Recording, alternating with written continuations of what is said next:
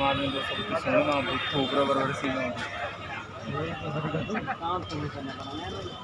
सभी समाज बंधुओं को योगी हुक्म सिंह का शीश नमन करते हुए आदेश और अब तक जितने भी वक्ताओं ने जो बातें रखी हैं लबाब सारी बातें बहुत अच्छे से गोरख धंधा क्या है, नाथ समाज क्या है, इन सब बातों पे चर्चा बहुत अच्छे से हो चुकी है।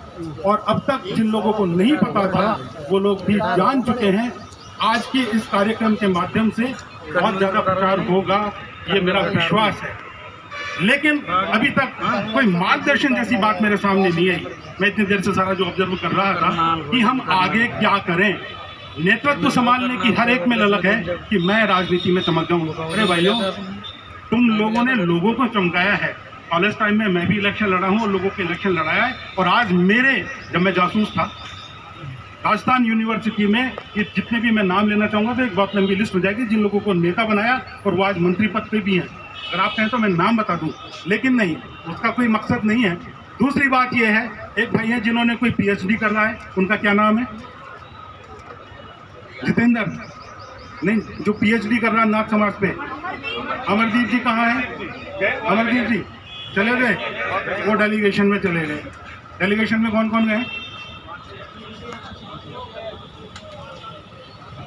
बहुत सीधे सीधे शब्दों में कहना चाहता हूं कि अगर किसी कार्यक्रम को हैक करना होता है ना तो ये किया जाता है।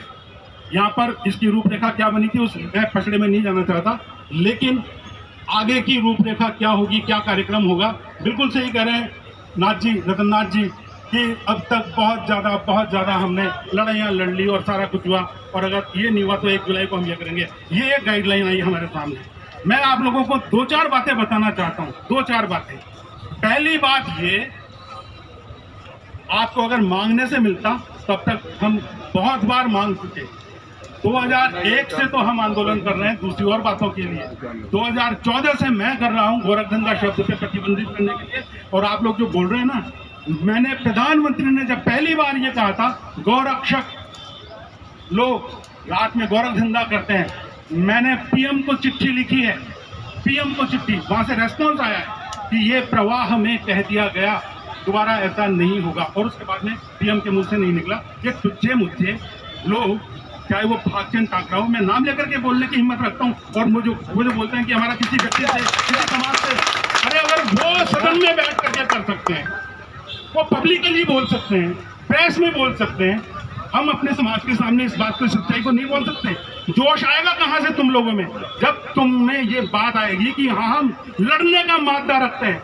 मैं सर्विस में था तब भी, चाहे मेरे अधिकारी हो चाहे सरकार हो, किसी से मैंने नीचे झुक करके समाज के संबंध में बात नहीं की, सीना चौड़ा करके बात की है।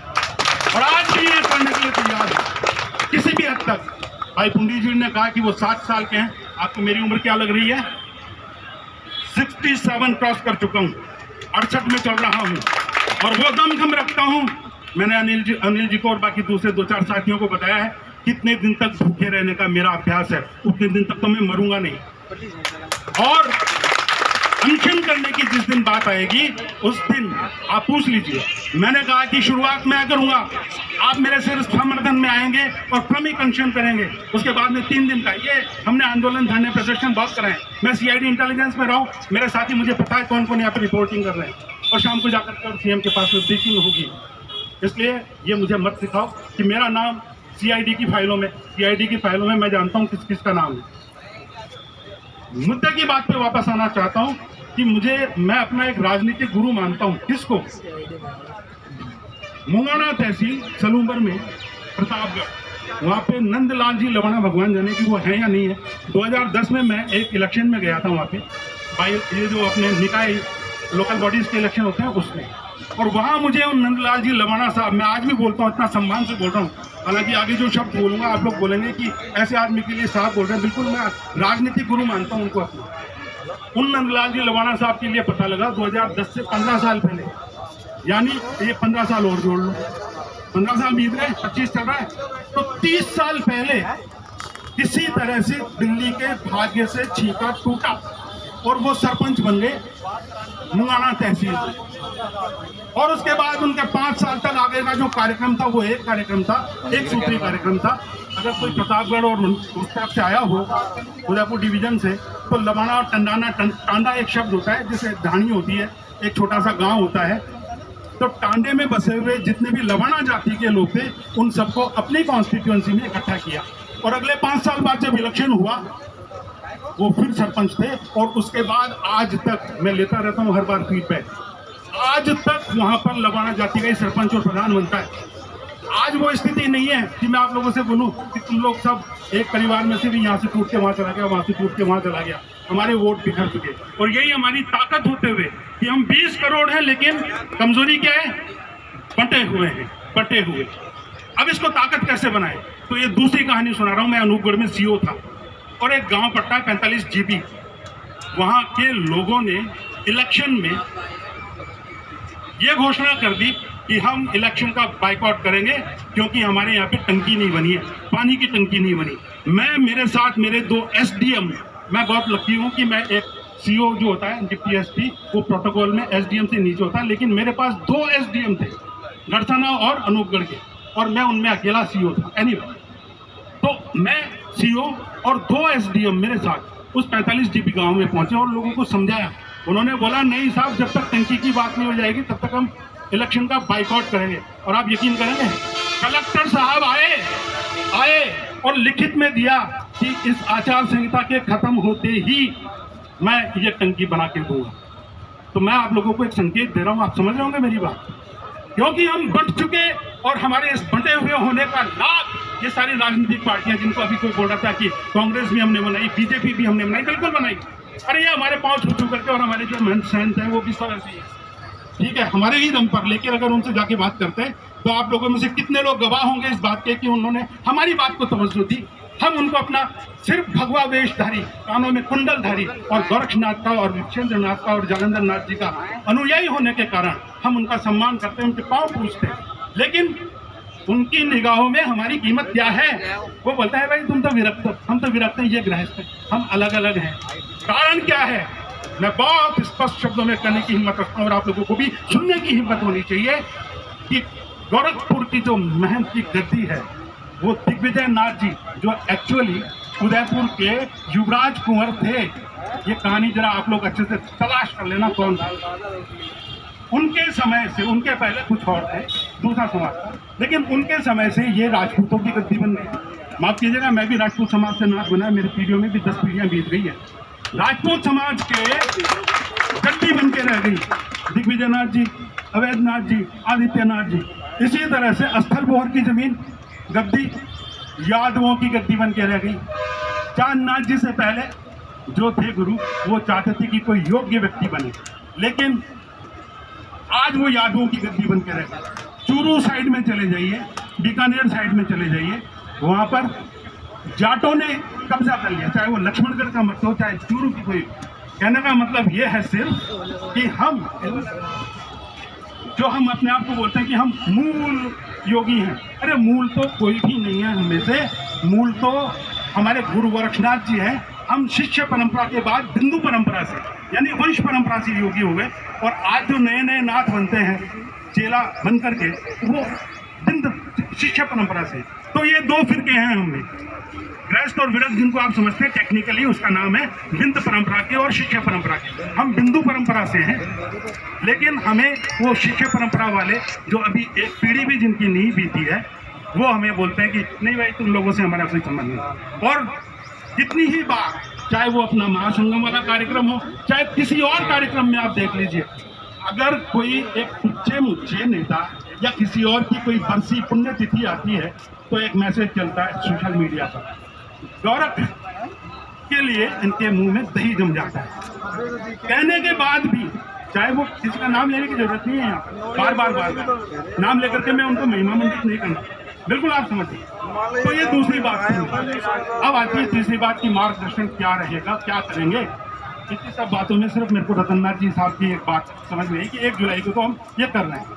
साथियों, इंटेलिजेंस में रहते हुए सारे धरने आंदोलन प्रदर्शन हमने देखे हैं और करे हैं और करवाए हैं, और उसी से नेता बनाए, चाहे वो कर्मचारी नेता हो चाहे राजनीतिक नेता हो। तो कैसे करेंगे? एक चरणबद्ध प्रोग्राम होता है, चरणबद्ध। आज ये धरना प्रदर्शन न केवल, मैं एक बात बीच में और कह देना चाहता हूँ कि ये केवल गोरख धंधा शब्द नहीं, हमारी 21 मांगे हैं। ये जो 9 सूत्री और 10 सूत्री को अपने अपने मन मुताबिक मांगे बना रहे हैं, उसमें 21 सूत्री मांगों का पूरा समावेश है। पूरे राजस्थान नाथ समाज सहित पूरे भारत के लगभग, वैसे तो पंडित साहब ने कहा कि हर एक स्थान, हर एक स्टेट का अलग अलग मांगे जरूरतें हो सकती हैं, लेकिन एक जो यूनिफॉर्म कोड होता है वो हमारी उस 21 सूत्री मांगों में, तो कुल मिलाकर के उसको राजस्थान की भी समझ लें तो 21 सूत्री मांगे, बहुत सारी मांगे हैं, उन पर बहुत सारी चर्चा, और आप लोगों को भी मैं अवेलेबल करा दूंगा। जिस किसी को चाहिए मेरा नंबर नोट कर ले। मैंने अनिल जी को दिया, अनिल जी ने अरविंद जी को दिया, अरविंद जी ने गीता जी को दिया, प्रिंट आउट बना और निकल गया और चल गया। आज वो लेकर के गए, वही लेके गए दूसरा नहीं, वो लेके गए दूसरा लेके गए, वो दूसरा लेके गए, वही लेके गए।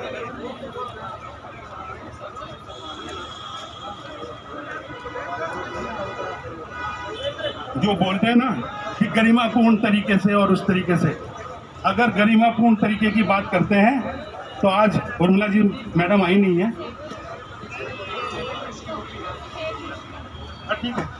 ठीक है, कोई नहीं।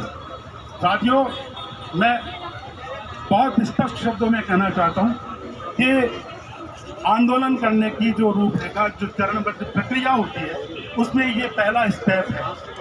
पहला स्टेप आज हमने यहाँ पे धरना प्रदर्शन किया और अपनी मांगों का एक ज्ञापन, चाहे वो 7 सूत्री दियो, 9 सूत्री दियो, कोई बात नहीं।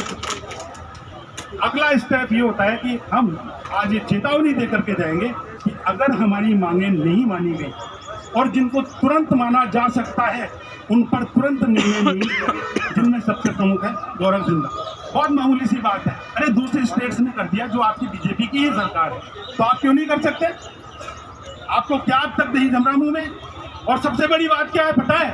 2018 के मैनिफेस्टो को देख लीजिए भाजपा के। 2018 किसी को याद है? उसमें भाजपा ने ये बिल्कुल माना है कि गोरख धंधा शब्द को अनैतिक कार्यों के लिए, हम गोरख धंधा शब्द को प्रतिबंधित नहीं कर रहे भाई, हम कर रहे हैं अनैतिक कार्यों के लिए गोरख धंधा शब्द को प्रतिबंधित करने की मांग। तो 2018 के मैनिफेस्टो में भाजपा ने इस बात का उल्लेख किया है। मैं बिंदु संख्या तो मुझे याद नहीं है, अगर सुदीप जी को याद हो तो बता दें। तो उसमें उन्होंने उसके बाद ये वादा खिला कि ये झूठी सरकार, मैं बीजेपी का नहीं हूँ, मैं भाजपा का नहीं हूँ, मैं कांग्रेस का नहीं हूँ, मैं तो हमेशा कहता हूँ न फूल के न हाथ के, हम हैं सिर्फ गोरखनाथ, सिर्फ गोरखनाथ।